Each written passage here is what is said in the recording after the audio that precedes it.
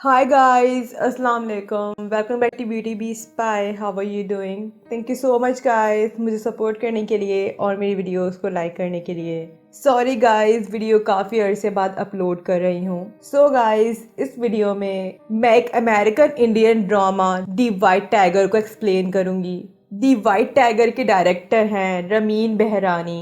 The white tiger की main lead role हैं Priyanka Chopra Jonas, राजकुमार राव और आदर्श गौरव। दी वाइट टाइगर एक 28 बेस्ट सेलिंग नॉवेल पर बेस्ड है। दी वाइट टाइगर पर इस नॉवेल के ऑथर हैं अरविंद अदीगा। दी वाइट टाइगर इस स्टोरी पर बेस्ड है एक गरीब विलेज बॉय जिसको फोर्स किया जाता है स्कूल छोड़ने के लिए, लेकिन उसका ख्वाब होता है गुलामी की जिंदगी से आज़ाद होने का। इसी सिलसिले में वो क्राइम और बेरहमी का रास्ता इख्तियार करता है। दी वाइट टाइगर नेटफ्लिक्स पर रिलीज हुई जनवरी 22, 2021 में। IMDb पर दी वाइट टाइगर को मिले हैं 7.2 stars out of 10। Rotten tomatoes पर दी वाइट टाइगर 91% फ्रेश है और इसका ऑडियंस स्कोर है 81%। दी वाइट टाइगर का मेटाक्रिटिक स्कोर है 76। गाइस, अगर आपने ब्यूटी बी स्पाई को अभी तक सब्सक्राइब नहीं किया तो इसे ज़रूर सब्सक्राइब कर लें और साथ में बेल आइकन भी ज़रूर प्रेस कर दिएगा ताकि मेरी न्यू वीडियो आने की अपडेट आपको मिल जाए। Okay guys, let's go to reveal the movie. Movie start होती है एक यंग जेंटलमैन बलराम अपनी कहानी सुना रहा है एक लेटर राइटिंग के जरिए। बलराम एक कामयाब बिजनेसमैन था और वो ये लेटर चाइना के प्रीमियर वैन जियाबो को लिख रहा था। ये बिल्कुल ऐसी ही स्टोरी थी जैसे इंडिया के शानदार कहानियां होती हैं मुगल के वक्तों की। कहानी का आगाज होता है जिसमें दिखाया जाता है कि इंडिया में कास्ट सिस्टम के नजरिए को तब्दील किया जा रहा है पुराने जमाने के कास्ट सिस्टम से। बलराम अपने स्कूल में एक गिफ्टेड चाइल्ड था और वो जिस फैमिली में पैदा हुआ था वो कुक्स और हलवाई की थी। बलराम के जहन में बचपन से ही ये बात थी कि गरीबों को अमीरों की गुलामी ही करनी है जिंदगी भर। बलराम अपने स्कूल का होनहार लड़का था, इसी वजह से उसके स्कूल इंस्पेक्टर बलराम से इम्प्रेस थे और पहली बार बलराम को उन्होंने ही वाइट टाइगर बुलाया था। वाइट टाइगर बोलने की वजह ये थी कि वाइट टाइगर अपनी नस्लों में कभी कभी पैदा होता है। बलराम को अब दिल्ली में पढ़ने लिखने की अपॉर्चुनिटी मिल गई थी, लेकिन बलराम की लालची दादी बलराम को स्कूल से निकलवा देती है और उसको उनकी चाय की दुकान पर लगा देती है जहां वो अपने भाई के साथ काम करता था।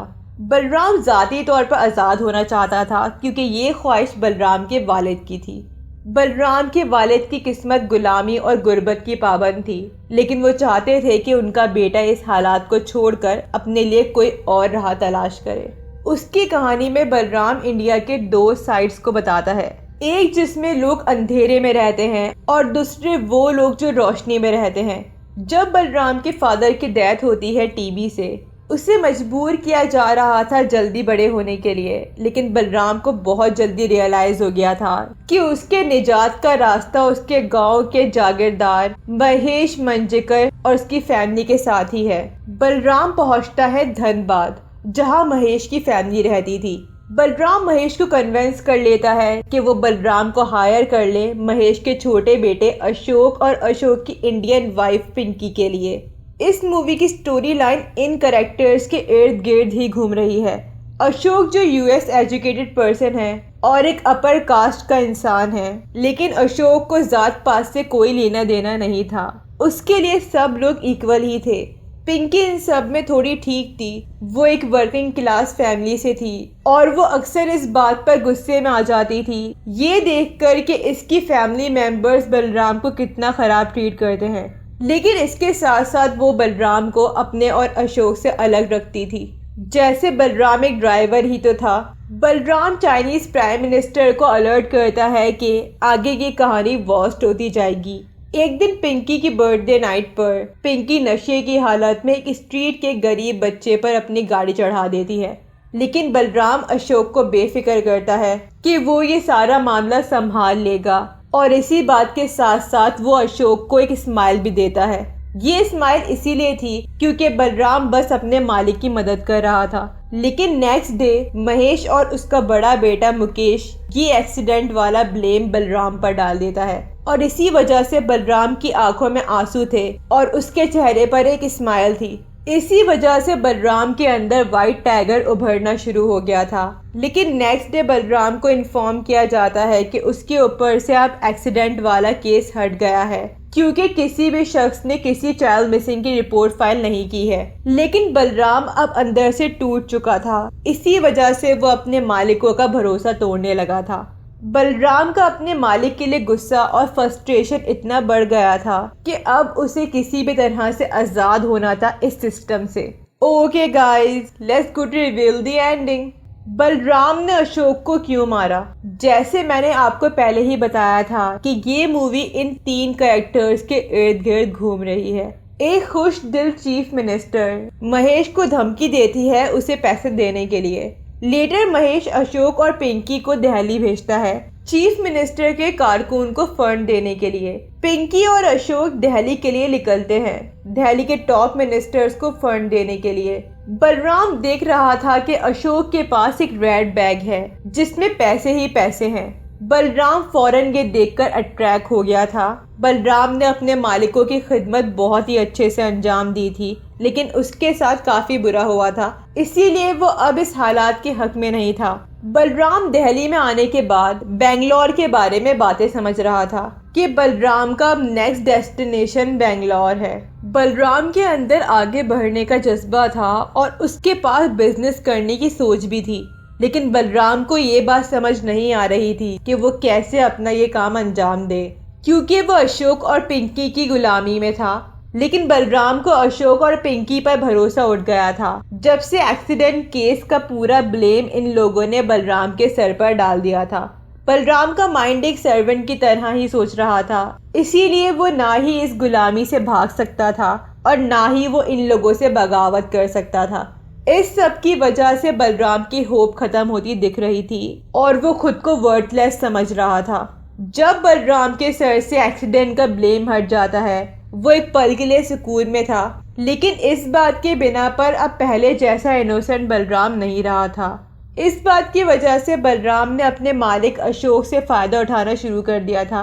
वो गलत कार रिपेयर इनवॉइस अशोक को दिखाता था पैसे लेने के चक्कर में और वो कार का पेट्रोल भी चोरी करता था और ड्राइवर्स को सेल करने के लिए। लेटर बात तो तब खराब होती है जब बलराम फाइंड करता है कि अशोक बलराम को रिप्लेस करने वाला है। बलराम अपने लेटर में एक बात का जिक्र करता है कि हम अपने मालिक से अंदर नफरत करते हैं और ऊपर प्यार का दिखावा करते हैं। यह हम अपने मालिक से अंदर से प्यार करते हैं और ऊपर से नफरत का दिखावा करते हैं। अब बलराम सही मौके का इंतजार कर रहा था और आखिरकार अशोक एक रेड बैग में millions of rupees chief minister को देने के लिए जा रहा होता है। उस दिन मौसम थोड़ा खराब होता है और बलराम ड्राइव कर रहा होता है। बलराम अशोक को सुनसान रास्ते से लेकर जा रहा होता है। अचानक बलराम अशोक से झूठ बोलता है कि टायर पंचर हो गया है। अशोक देखने के लिए बाहर आता है और बलराम एक टूटी हुई बोतल से अशोक को मार देता है। मूवी की स्टार्टिंग में हमें बताया जाता है कि बलराम जियोबो से कह रहा होता है कि पुलिस उसको ढूंढ रही है। अब मालूम चला कि पुलिस बलराम को क्यों ढूंढ रही थी। क्या बलराम की फैमिली को महेश ने मार दिया होगा?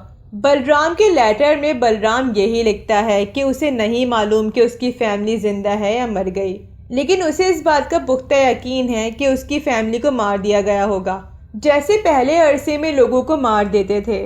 बेंगलोर में बलराम एक न्यूज़पेपर में पढ़ता है कि 17 लोग मर्डर हो गए हैं एक ही फैमिली से। बलराम श्योर था कि उसने अपनी फैमिली की कुर्बानी दे दी है। बलराम अपने फादर की डेथ का जिम्मेदार अपनी दादी को ठहराता है और उसके ताल्लुकात भी अच्छे नहीं थे अपनी दादी के साथ। जब उसके फादर की डेथ हो गई थी तो उसके ऊपर एक्स्ट्रा ड्यूटीज की बारिश कर दी गई थी। यही सारी वजह थी कि बलराम अपनी फैमिली से नफरत करता था। अकॉर्डिंग टू बलराम, इंडिया के अंदर बहुत सारी कास्ट हैं और यहाँ 2 टाइप के लोग रहते हैं। पहले जिनकी बैलीज बड़ी होती हैं यानी अपर क्लास, और दूसरे जिनकी बैलीज छोटी होती हैं यानी lower class. Balram Bangalore shift हो गया था और उसने खुद की कैब सर्विस शुरू कर ली थी। बलराम ने अपने फादर का ड्रीम पूरा कर दिया था और अपने आप के लिए रोशनी पैदा की थी इस अंधेरे में। बलराम ने अपने भांजे को सेव किया था और वो ही उसकी फैमिली में बचा था। अब बलराम को कोई फर्क नहीं पड़ा था जो भी उसकी फैमिली के साथ हुआ। आई होप सो गाइज आप लोगों को इस मूवी का कॉन्सेप्ट अच्छे से समझ आ गया होगा। अगर आपको इस मूवी से रिलेट कोई भी क्वेश्चंस हैं तो आप मुझसे पूछ सकते हैं। ओके गाइज, अगर आपको मेरी वीडियो पसंद आई हो तो इसे ज़रूर लाइक शेयर एंड कमेंट करिएगा। अपना बहुत ख्याल रखिएगा। अल्लाह हाफिज़ एंड थैंक्स फॉर वॉचिंग।